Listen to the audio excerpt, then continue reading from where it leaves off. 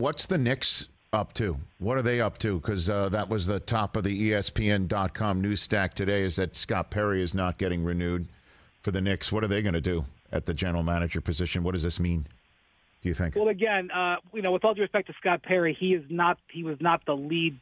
And something that's happened, this is in the weeds, Rich. There's been title, embellishment in the NBA the last 5 years. Yes. There's no more general managers. They're now all presidents, and the number 2 is called general manager. No offense to Scott or anybody, but Leon Rose is still firmly in control there, and he's got a very full staff. Scott Perry was a holdover from the previous regime. But I think if you look at the Knicks, last summer they were very, very patient. They could have gone and gotten Donovan Mitchell, and it was going to cost them a lot in terms of draft compensation and young players. And they were patient. They said, we don't think that we need to make this move right now, and they were rewarded. The moves that they did make, specifically Jalen Brunson and Josh Hart and their young players developing and showing trust in Julius Randle, they got farther than the team that traded for Donovan Mitchell, the Cavs. They beat them. And so I think the challenge for the Knicks right now is, can they remain patient? And what I mean by that is they are loaded and ready. I think they could make 2 blockbuster trades with everything that they've got in terms of draft picks and in terms of young players on their roster and usable, tradable contracts. I think they could acquire 2 big-time players. The challenge for them, this is what I think that they've been discussing, is stay patient.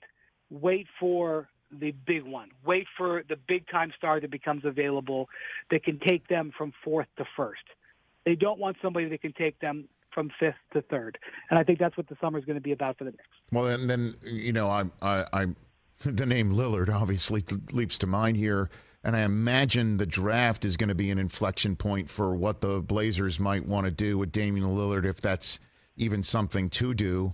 What do you think about his availability this summer and the timeline on that, since you mentioned timeline? Rich, I think what's going on in Portland is maybe the most fascinating thing in the league. Once the finals end, that's where a lot of the focus will be, because this is not sources said. This is not insiders are saying. At the end of the season, Damian Lillard came out and said, I don't want to play with more players who are going to take 2 or 3 years to develop. No offense to all those guys.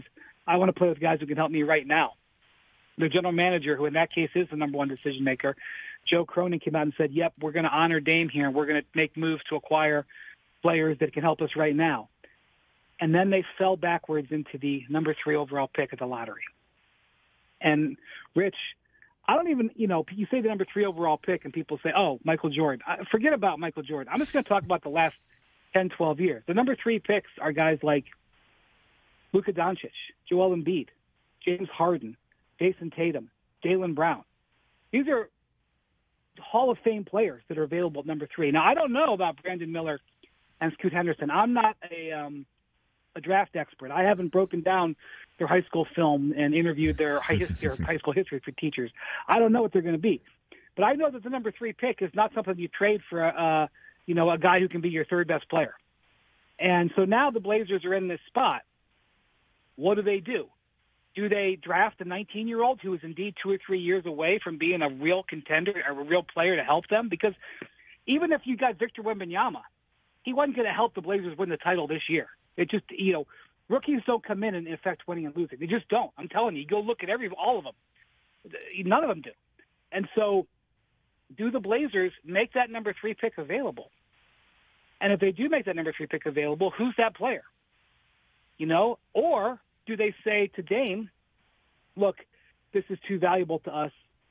We gotta take this opportunity. This is a once in a generation opportunity to draft another franchise cornerstone.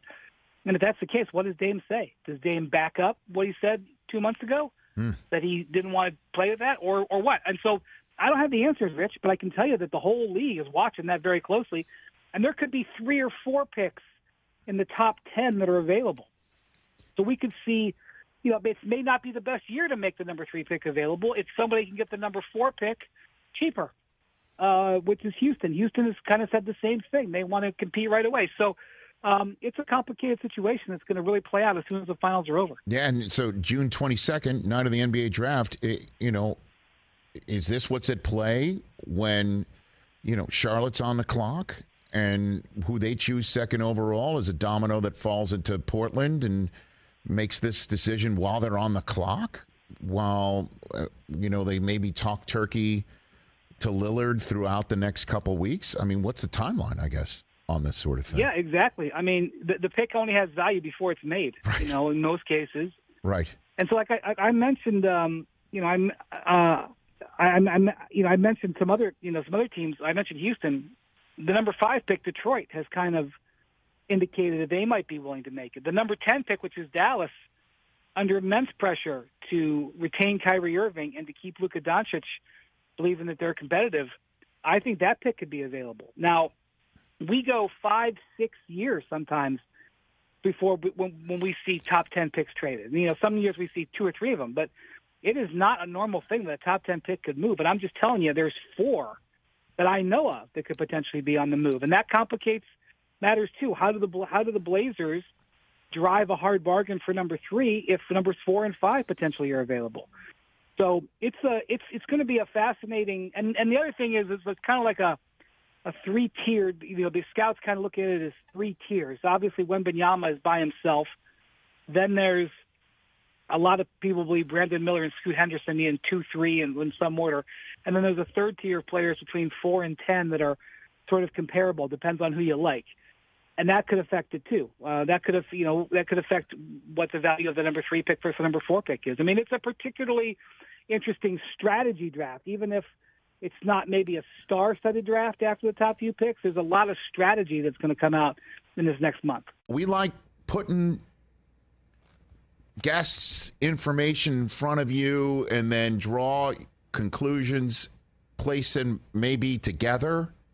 Chris Mannix, another favorite NBA guest of ours, was here in studio 2 weeks ago. I said to him out the door, give me the name of the whoa player.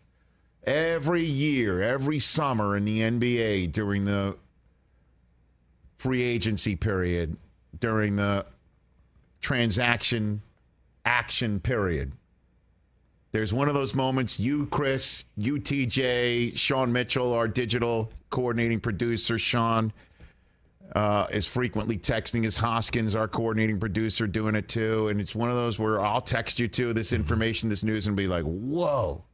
Or we're just looking down at Twitter, whoa. You said it the other day when DeAndre Hopkins got released on the air. Like, you're like, whoa. One of those whoa moments. Give me the name of the whoa player this year. And Mannix did not stutter. He said Damian Lillard. And Windhorst, when I asked him about the Knicks, he said they had the capital, not money, but believe it or not, draft capital and also player capital to make not one but 2 blockbuster acquisitions. I don't know who the second one would be, but the first one, you hear age 32, Damian Lillard wearing number 0 in New York City, he would own the spot. Own it. In the same way he'd own Philadelphia, he'd own a spot in Boston. Whoever wants to try and acquire him, because I imagine Portland would prefer to send him east as opposed to down the coast. Yeah. But I'd imagine getting the best haul for him would be in Portland's best interest, unless they use the number 3 overall pick to give Lillard what he wants, which is players that can help him win now. He doesn't want to sit here and help kids marinate in the same way, by the way, Rodgers felt about the Packers.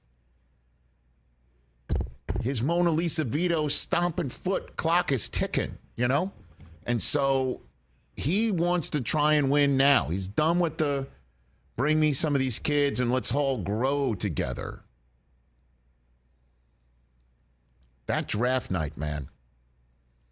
It's going to be like, the Blazers think Brandon Miller or Scoot Henderson, who do they like more? Who do they think can help Lillard more? Or who is the apple of someone's eye elsewhere in the NBA market more? Is it Henderson? Is it Miller? And the way it plays out might mean whether Lillard stays because the number 3 overall pick is that valuable and nets him and the Blazers the players that he can help, that they can give to Lillard to win now, or do they love this player so much that they'll take him, start from scratch, and actually say, we're going to do what the Nuggets did. We're going to get all these kids and let them grow together. That's what we're going to do. And we're going to keep the course. Obviously, it helps to strike it rich to get somebody during a fast food commercial like Jokic in the second round.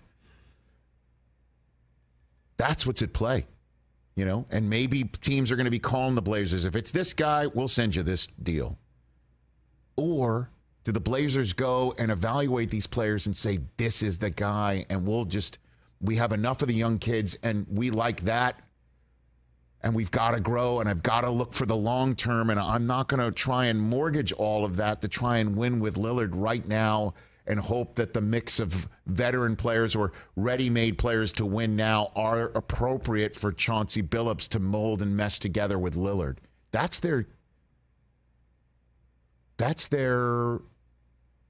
question right now in Portland.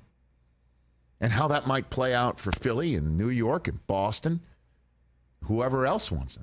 I'm just mentioning those three teams because of who's in this room. Obviously, the West that list is voluminous too. You know what I mean? Like that's what's I think we've gleaned. But bottom line is Lillard's in play for the right deal, the right mix, the right draft choice that drops at 3. And that may be that's the intrigue of this NBA draft. It sure ain't who's number 1 overall. That's done. But who drops to 3, and does that affect the Blazers' decision-making on Lillard or someone else's team that moves the needle so much